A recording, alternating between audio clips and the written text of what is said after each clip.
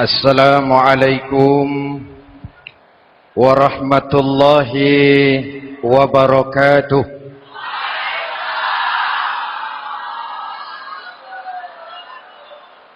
Alhamdulillahi rabbil alamin.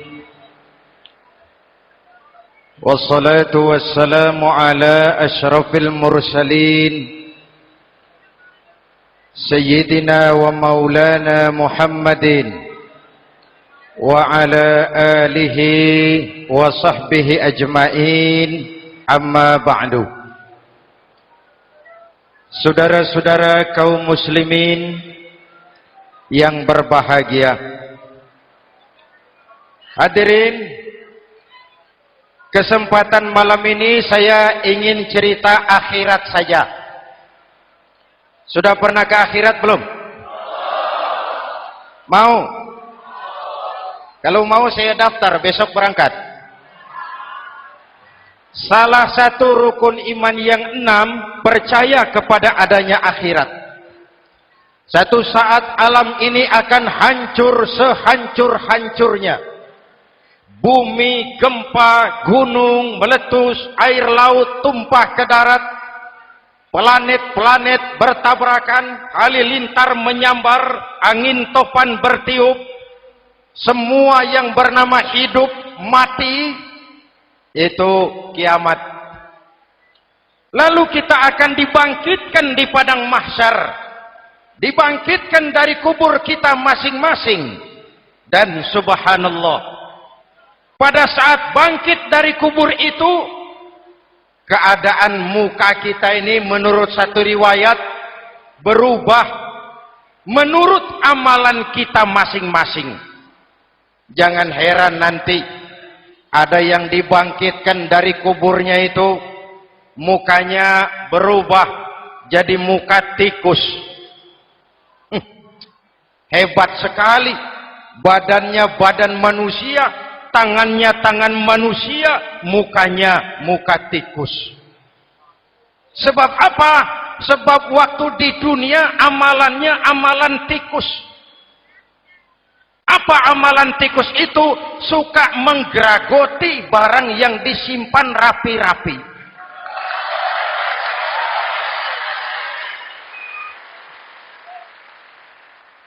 Itu nanti koruptor-koruptor yang menggeragoti uang rakyat,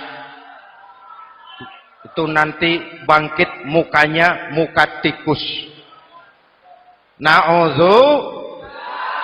Saudara lihat, oh ini yang geragoti uang rakyat mukanya muka tikus. Ada lagi yang bangkit dari kubur, mukanya itu berubah jadi muka harimau. Kenapa? Waktu di dunia amalannya amalan harimau. Apa harimau itu?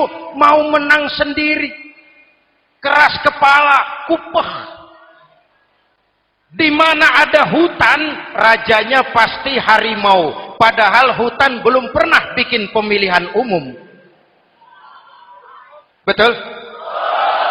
Tapi harimau tidak peduli ada pemilihan umum atau tidak, saya raja hutan. Setelah naik jadi raja di hutan, harimau bukan melindungi rakyatnya, malah makanin rakyatnya.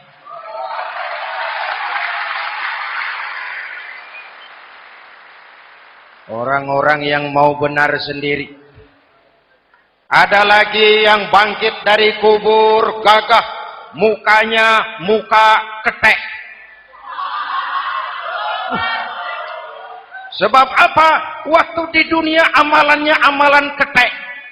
Apa ketek itu? Rakus, serakah, tamak. Coba, ketek itu kasih pisang, dimakan. Berikan lagi, pegang. Berikan lagi, kakinya yang megang. Temannya diberikan, masih dirampas juga. Ketek. Serakah. Kalau mental ketek masih gentayangan di republik ini, maka pemerataan cuman akan jadi dongeng. Kaum muslimin yang berbahagia,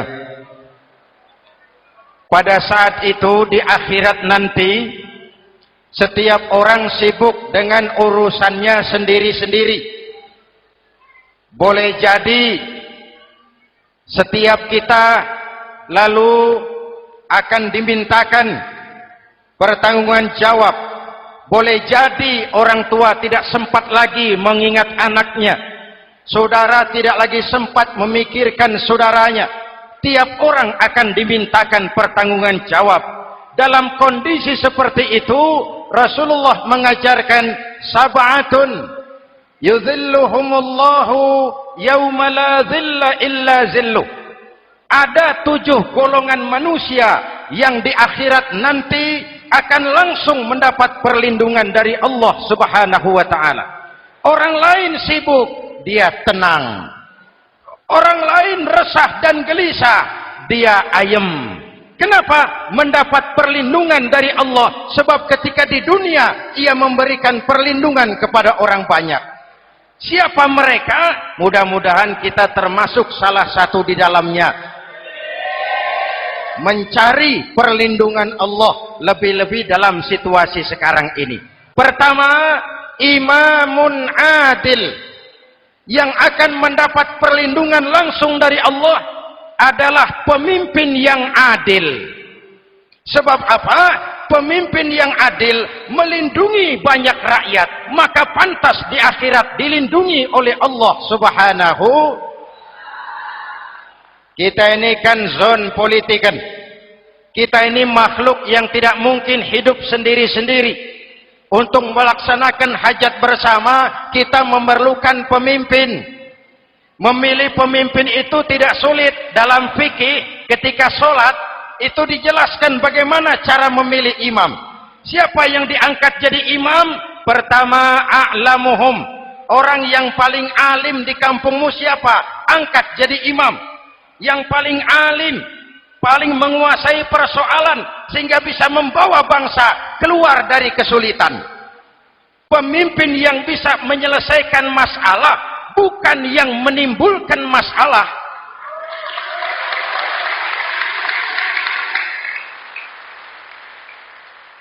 Apalagi kalau pemimpinnya jadi masalah, bagian dari masalah. Ini namanya pengurus jadi urusan. A'lamuhum. Pak, di kampung saya ada 2 orang, alimnya sama. Yang mana yang jadi imam?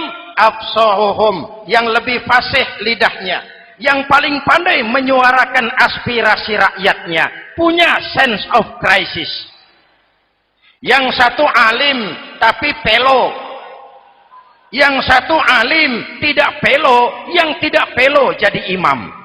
Kenapa? Tidak sah orang fasih bermakmum kepada imam pelo. Pak, ini imam pelo, makmum pelo semua. Sah. Namanya kampung pelo. Aduh Pak, ini 2 orang alimnya sama, fasihnya sama. Yang mana yang jadi imam? Aktsaruhum sinnan, yang lebih tua umurnya, senioritas baru dihitung. Lahirnya bareng Pak. Yang mana yang jadi imam? Awaluhum hijratan, yang lebih dulu tinggal di situ, yang punya semangat nasionalisme yang tinggi, yang cinta kepada bangsa dan rakyatnya. Sudah ada imam, sudah, ayo azan. Apa azan itu? Proklamasi. Salat mau dimulai. Sudah azan? Sudah. Qobliyah 2 rakaat. Qobliyah. Apa qobliyah itu? Dulu ada namanya Panitia Persiapan Kemerdekaan Indonesia. Qobliyah. Sudah qobliyah? Sudah. Luruskan shaf. Atur barisan yang lurus. Rapatkan barisan. Apa ini? Bentuk pemerintahan yang kompak, bersih, berwibawa. Jangan sesama elit saling tawuran.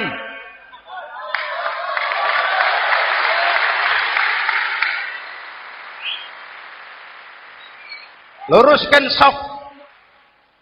Lalu shaf yang terdepan hendaknya diisi orang yang sedikit alim. Tidak perlu alim betul, sedikit alim. Maksudnya apa? Kalau imam keliru dia bisa tegur. Kalau imam salah dia bisa tegur. Kalau imam batal dia bisa gantikan. Ini wakil-wakil makmum. DPR, DPRD. wakil-wakil makmum. Sudah, ayo imam pimpin sholat. Sepakati dulu kita mau sholat apa, rakaatnya berapa, surah yang mau dibaca apa, pakai sujud tilawah apa tidak, supaya makmum tidak kaget-kagetan. Rakyat harus dikasih tahu pemimpinnya mau kemana, visinya apa, supaya makmum ikutnya ikhlas. Jelas? Hadirin yang saya hormati, kita memerlukan pemimpin yang adil, yang menaungi rakyatnya, sehingga dengan demikian nanti mereka akan dinaungi langsung oleh Allah Subhanahu. Mudah-mudahan Allah memberikan kepada kita rakyat dan bangsa Indonesia ini pemimpin yang adil. Saya yakin perjalanan waktu akan mengantarkan kita di mana orang-orang akan terbuka topengnya, sehingga akan jelas mana pembela rakyat, mana penyengsara rakyat.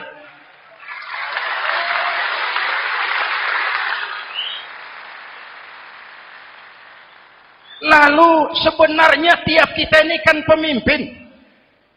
Pak Lurah pemimpin di kelurahannya, Pak Camat pemimpin di kecamatannya, kepala suami pemimpin di rumah tangganya, anak muda pemimpin bagi dirinya, dan setiap kita akan dimintakan pertanggungan jawab tentang apa yang kita pimpin. Marilah setiap kita berusaha menjadi pemimpin yang adil.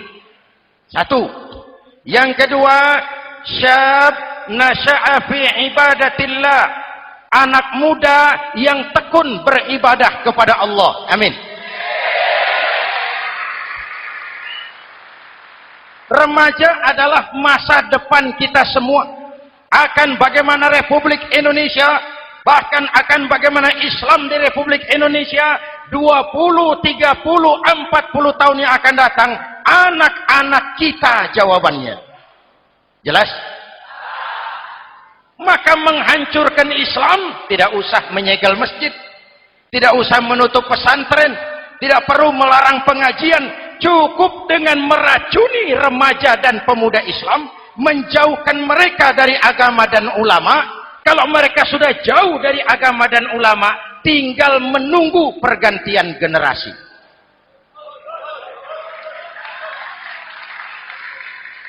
Maaf, kalau yang sudah 60 tahun ke atas, itu saya anggap angkatan selamat. Generasi tanda seru. Insya Allah mantap akidahnya, tidak goyah imannya. Tapi yang 30 tahun ke bawah, adik-adik saya ini, the next generation, kalian yang jadi pilot project, remaja-remaja Islam, kalau mau jadi remaja dan pemuda modern, jangan dekat-dekat ke masjid kuno. Masjid khusus 70 tahun ke atas. Baca Quran kampungan. Ngaji urusan akhirat. Seiring dengan itu, modernisasi diartikan dengan westernisasi. Kau tidak bisa jadi pemuda modern kalau semua yang datang dari barat belum kau telan mentah-mentah. Kau harus bisa bergaul seperti orang barat, berpakaian seperti orang barat, berumah tangga seperti orang barat, makan minum seperti orang barat.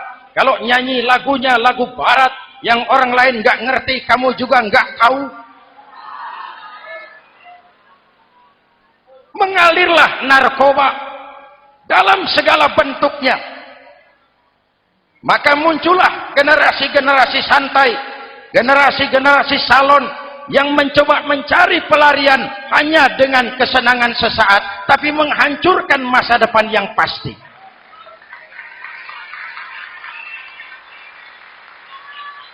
Maka mengalirlah free love, free sex, Samenleben, hidup bersama di luar nikah alias kumpul. Ya sama saja, kumpul kebo, kumpul embek itu sama. Hadirin yang saya hormati, kalau sudah hancur tinggal menunggu pergantian generasi. Oleh karena itu, adik-adik saya, para remaja, para pemuda, kalian harapan kami semua. Di pundak kalian Kami pertaruhkan hari depan bangsa dan negara ini. Hidup cuma putaran menunggu giliran. Ada saat datang, ada waktu pergi, ada hari lahir, ada saat kembali, ada hari dilantik, ada saat untuk menyerahkan jabatan. Hidup cuma sekadar menunggu giliran. Karena itu kepada kalian saya ingatkan satu ucapan orang bijak. Hai anak muda, berpikirlah kau di waktu pagi, bekerjalah di waktu siang, makanlah di waktu sore, dan tidurlah di waktu malam. Berpikir di waktu pagi, belajar mumpung masih muda. Bekerjalah di waktu siang, amalkan ilmu itu setelah dewasa. Makanlah di waktu sore, hari tua tinggal menikmati hasilnya. Tidurlah di waktu malam, matilah dengan tenang. Kalau pagi kau tidak berpikir, nanti siang kau tidak akan bisa bekerja. Kalau siang tidak kerja, nanti sore mau makan apa? Kalau sore tidak makan, alamat malam enggak bisa tidur.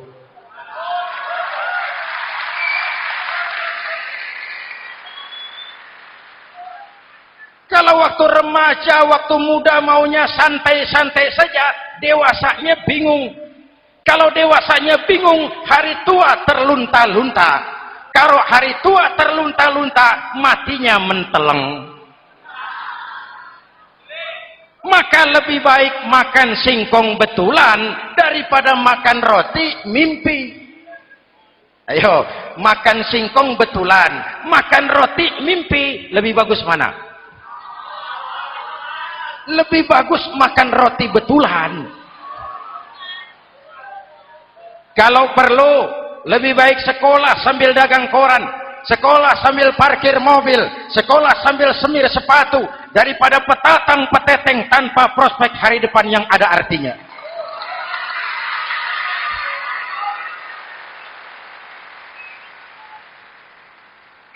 Inilah golongan kedua yang nanti akan langsung mendapat perlindungan dari Allah. Anak muda yang tekun ibadah. Kalau orang tua tekun ibadah, pantas.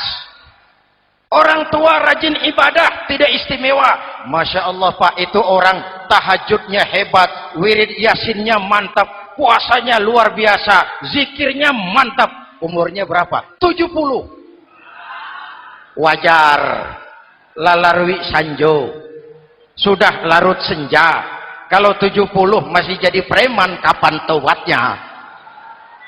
Tapi kalau ada anak muda, darahnya masih mengalir dengan panas, keinginannya masih sejuta khayal, dia bisa salurkan di jalan Allah, itu amat disukai Allah, dan itu akan mendapat perlindungan langsung dari Allah Subhanahu.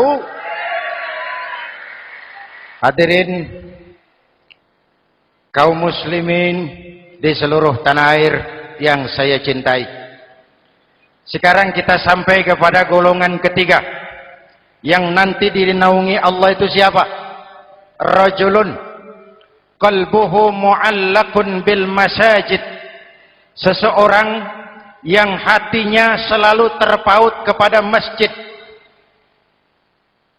Masjid memang tempat melaksanakan sholat, tapi lebih dari itu dia adalah pusat kegiatan umat. Umat Islam dengan masjid seperti ikan dengan air, tidak boleh berpisah. Sehingga ada hadis qudsi mengajarkan, inna buyuti fil ardil masajid wa inna zuwari fiha ummaruha.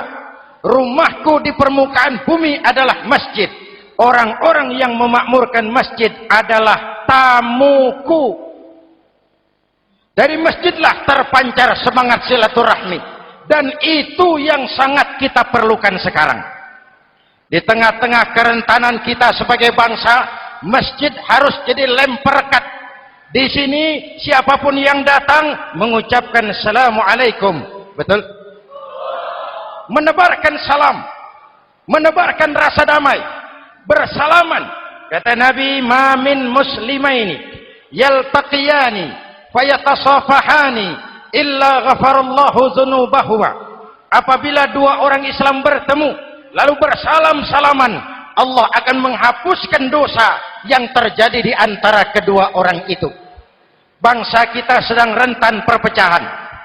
Benih-benih disintegrasi bertebaran di mana-mana. Maka mari kita kembali ke masjid untuk menyusun semangat kebersamaan, meluruskan saf, merapatkan barisan, dan menerjemahkannya di luar masjid.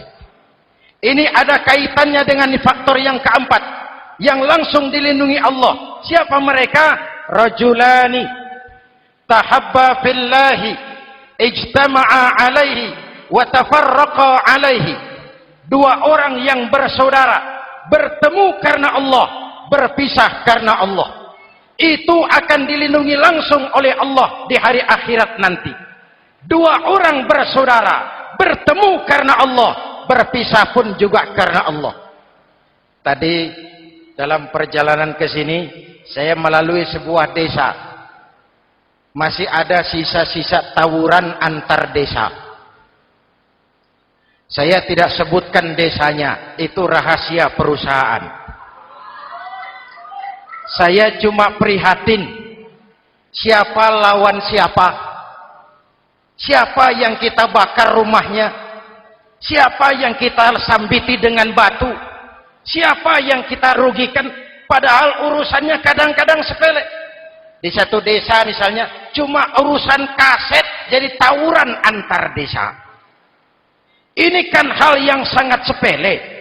Padahal Nabi mengajarkan dengan keras, kalau dua orang Islam saling bertengkar, al-qatil wal maktul finnar, yang membunuh dan yang dibunuh, dua-duanya neraka.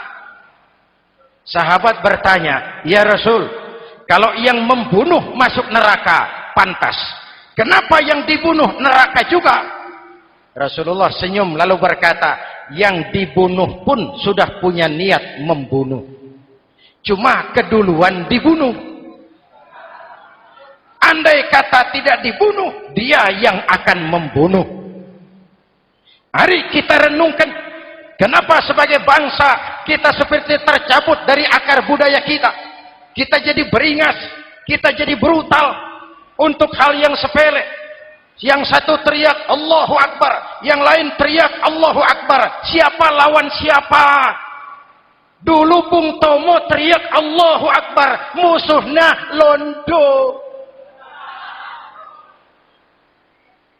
Sayyidina Hamzah, Khalid bin Walid teriak Allahu Akbar, yang dilawan kafir. Abu Jahal, Abu Lahab, Abu Sufyan.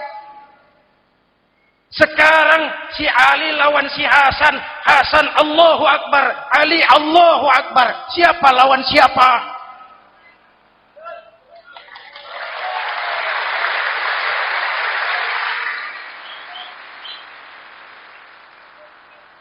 Kenapa kita jadi begitu mudah menggunakan nama Tuhan untuk melampiaskan ambisi pribadi? Kenapa Allahu Akbar yang begitu sakral kita lepas cuma untuk pelampiasan sebuah dendam? Dua orang yang bersaudara, bertemu karena Allah, berpisah karena Allah. Itu ukurannya. Kau di jalan Allah, kau saudaraku. Keluar dari jalan Allah, selesai persaudaraan sampai di sini.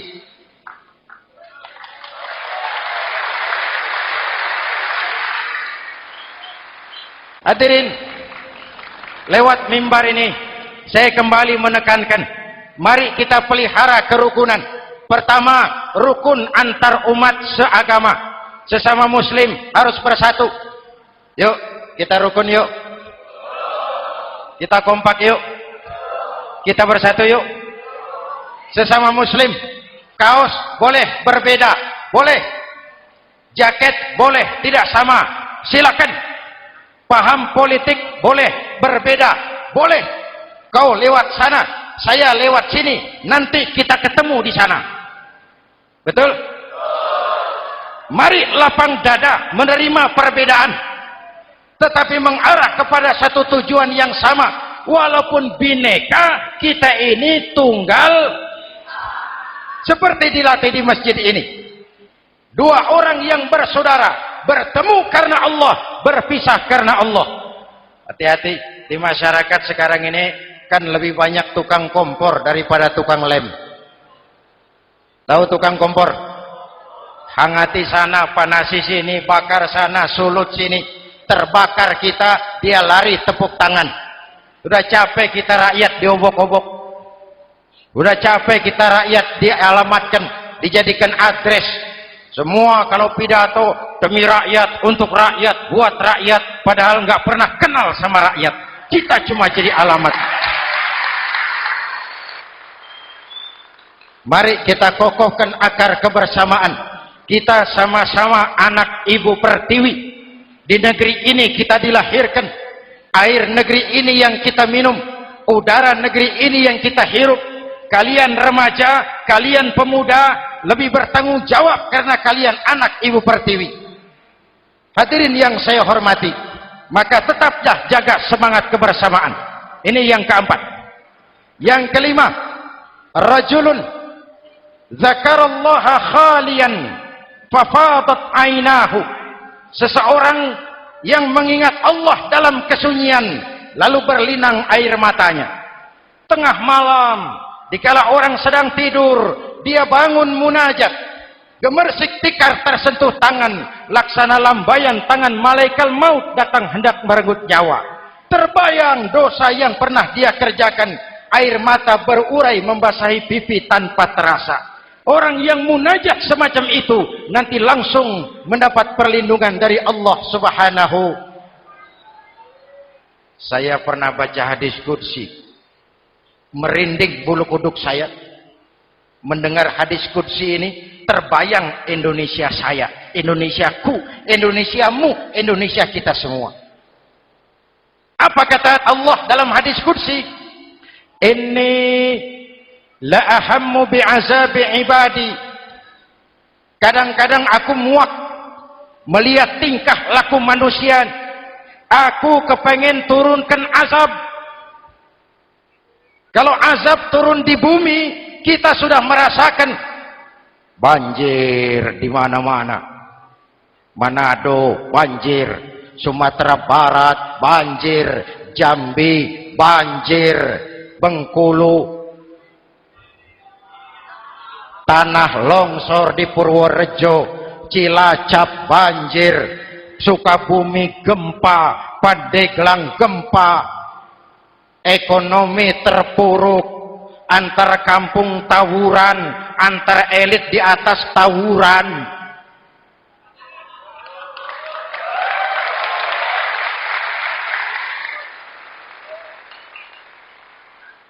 Hutang numpuk. 40% APBN kita ini sekarang cuma untuk bayar hutang. Itu pun dengan asumsi dolar 7.000, 9.000, artinya sekitar 50% APBN kita untuk bayar hutang. Untungnya sekarang ini yang agak menolong, harga minyak membaik di pasaran internasional. Hadirin yang saya hormati, ini lagi ngomong apa saya sih? Aku pengen turunkan azab, tetapi kata Allah, ketika aku melihat orang-orang tua yang sujud di keheningan malam, bayi-bayi tanpa dosa masih menyujud. Ada hadis qudsi mengajarkan, inna buyuti fil ardil masajid wa inna zuwari fiha ummaruha. Rumahku di permukaan bumi adalah masjid. Orang-orang yang memakmurkan masjid adalah tamuku. Dari masjidlah terpancar semangat silaturahmi. Dan itu yang sangat kita perlukan sekarang. Di tengah-tengah kerentanan kita sebagai bangsa, masjid harus jadi lem perekat. Di sini siapapun yang datang mengucapkan assalamualaikum. Betul? Menebarkan salam, menebarkan rasa damai, bersalaman. Kata Nabi, ma min muslimaini yaltaqiyani fayatasafahani illa ghafarallahu dzunubahuma. Apabila dua orang Islam bertemu lalu bersalam-salaman, Allah akan menghapuskan dosa yang terjadi di antara kedua orang itu. Bangsa kita sedang rentan perpecahan. Benih-benih disintegrasi bertebaran di mana-mana. Maka mari kita kembali ke masjid untuk menyusun semangat kebersamaan, meluruskan saf, merapatkan barisan, dan menerjemahkannya di luar masjid. Ini ada kaitannya dengan faktor yang keempat, yang langsung dilindungi Allah. Siapa mereka? Rajulani tahabba fillahi ijtama'a alaihi wa tafarraqa alaihi.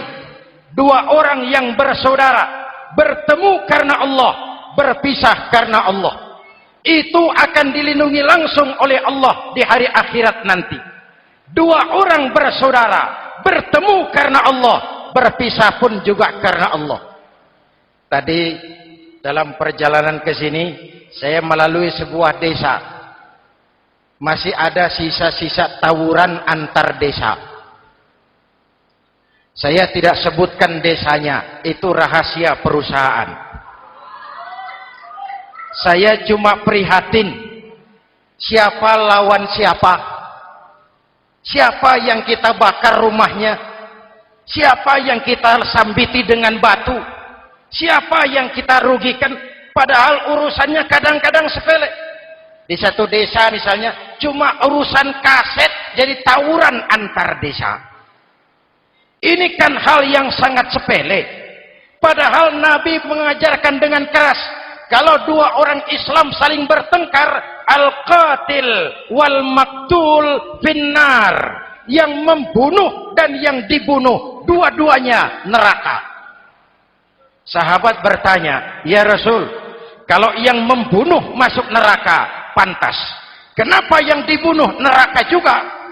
Rasulullah senyum lalu berkata, yang dibunuh pun sudah punya niat membunuh. Cuma keduluan dibunuh. Andai kata tidak dibunuh, dia yang akan membunuh. Mari kita renungkan, kenapa sebagai bangsa kita seperti tercabut dari akar budaya kita. Kita jadi beringas, kita jadi brutal untuk hal yang sepele.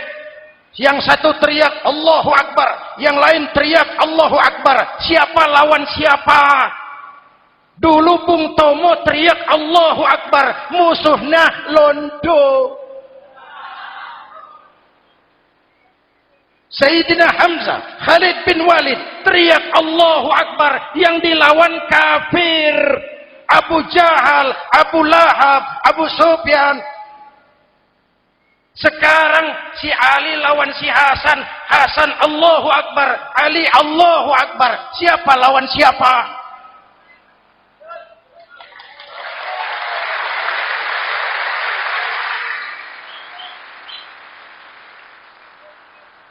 Kenapa kita jadi begitu mudah menggunakan nama Tuhan untuk melampiaskan ambisi pribadi? Kenapa Allahu Akbar yang begitu sakral kita lepas cuma untuk pelampiasan sebuah dendam?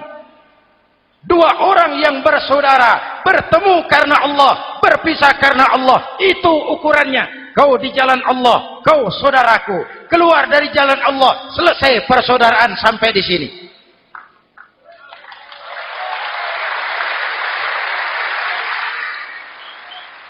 Hadirin, lewat mimbar ini saya kembali menekankan, mari kita pelihara kerukunan. Pertama, rukun antar umat seagama, sesama muslim harus bersatu. Yuk kita rukun, yuk kita kompak, yuk kita bersatu, yuk. Sesama muslim, kaos boleh berbeda, boleh, jaket boleh tidak sama, silakan. Paham politik boleh berbeda, boleh. Kau lewat sana, saya lewat sini, nanti kita ketemu di sana.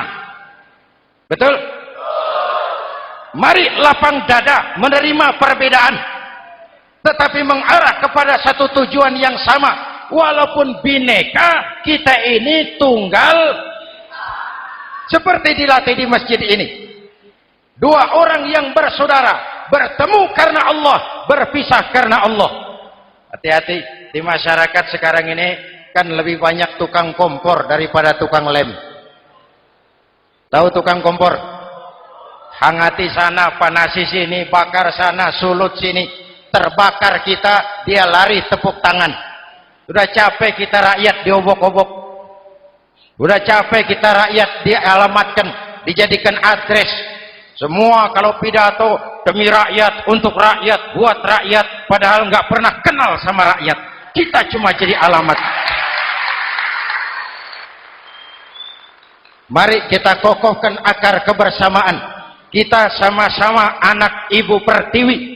Di negeri ini kita dilahirkan. Air negeri ini yang kita minum. Udara negeri ini yang kita hirup. Kalian remaja, kalian pemuda, lebih bertanggung jawab karena kalian anak Ibu Pertiwi. Hadirin yang saya hormati, maka tetaplah jaga semangat kebersamaan. Ini yang keempat. Yang kelima, rajulun zakarallaha khalian fafadat ainahu. Seseorang yang mengingat Allah dalam kesunyian lalu berlinang air matanya. Tengah malam, dikala orang sedang tidur, dia bangun munajat, gemersik tikar tersentuh tangan, laksana lambaian tangan malaikat maut datang hendak merenggut nyawa. Terbayang dosa yang pernah dia kerjakan, air mata berurai membasahi pipi tanpa terasa. Orang yang munajat semacam itu nanti langsung mendapat perlindungan dari Allah Subhanahu. Saya pernah baca hadis qudsi, merinding bulu kuduk saya mendengar hadis qudsi ini. Terbayang Indonesia saya, Indonesiaku, Indonesiamu, Indonesia kita semua. Apa kata Allah dalam hadis qudsi? Inni la ahammu bi'azabi ibadi. Kadang-kadang aku muak melihat tingkah laku manusia. Aku kepengen turunkan azab. Kalau azab turun di bumi, kita sudah merasakan banjir di mana-mana. Manado banjir, Sumatera Barat banjir, Jambi banjir, Bengkulu, tanah longsor di Purworejo, Cilacap banjir, Sukabumi gempa, Pandeglang gempa, ekonomi terpuruk, antar kampung tawuran, antar elit di atas tawuran.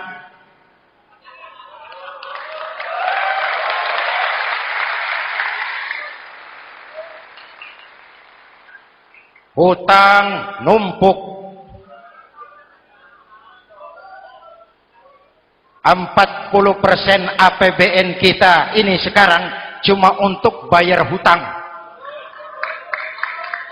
Itu pun dengan asumsi dolar 7.000, 9.000, artinya sekitar 50% APBN kita untuk bayar hutang.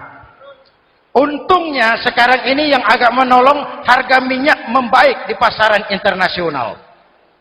Hadirin yang saya hormati, ini lagi ngomong apa saya sih?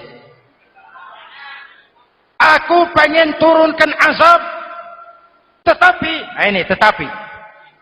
kata Allah, ketika aku melihat orang-orang tua yang sujud di keheningan malam, bayi-bayi tanpa dosa masih menyusu, binatang ternak melata mencari makan, murkaku surut, azab aku tarik kembali. Ayo renungkan hadis ini.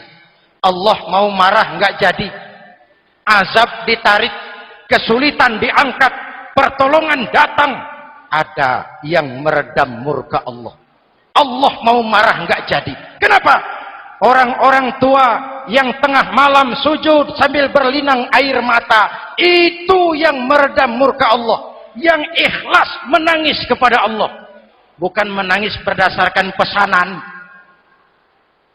Ini kan sekarang apa yang nggak bisa dipesan? Istighosah pesanan, demo pesanan, 10.000 berangkat. Ngerti apa enggak urusan soal lain.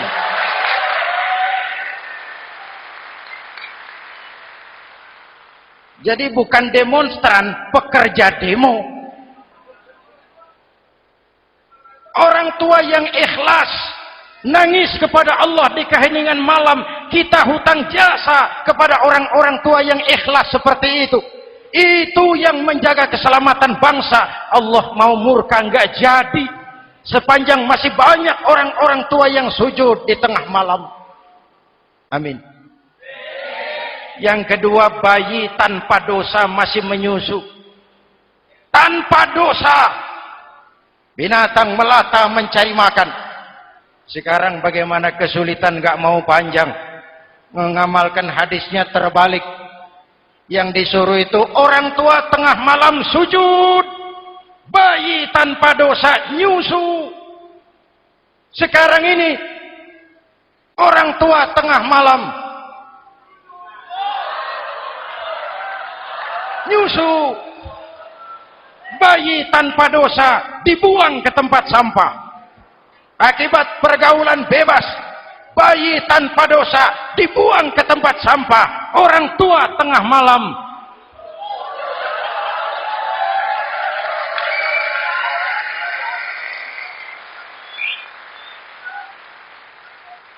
hadirin.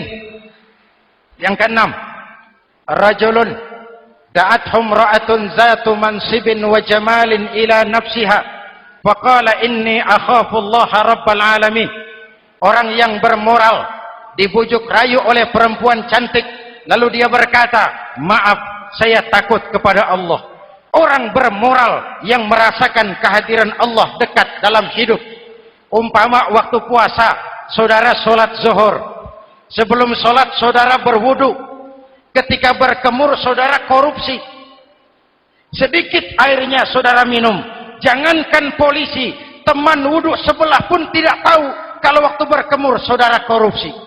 Kenapa kita tidak mau melakukan? Ada rasa malu kepada Allah. Ini yang perlu kita tumbuh kembangkan, rasa malu kepada Allah subhanahu wa ta'ala.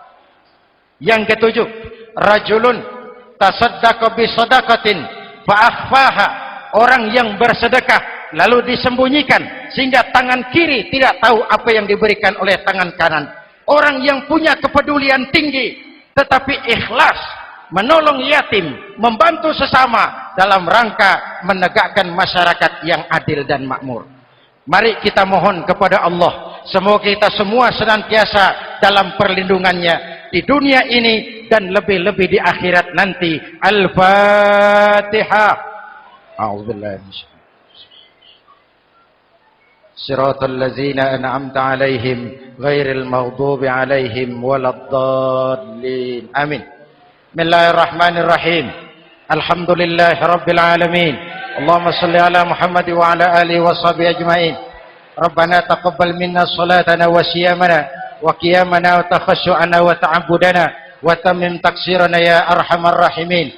Allahumma ja'alna minas su'ada'il makbulin wa la taj'alna minal ashqiya'il mardudin. Rabbana zalamna anfusana wa illam taghfir lana wa tarhamna lanakunanna minal khasirin. Afdalu ma qultuhu ana wan nabiyyuna min qabli la ilaha illallah.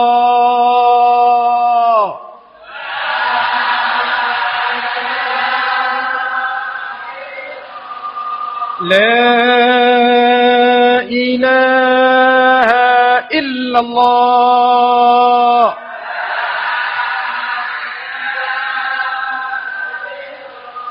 Muhammadur Rasulullah.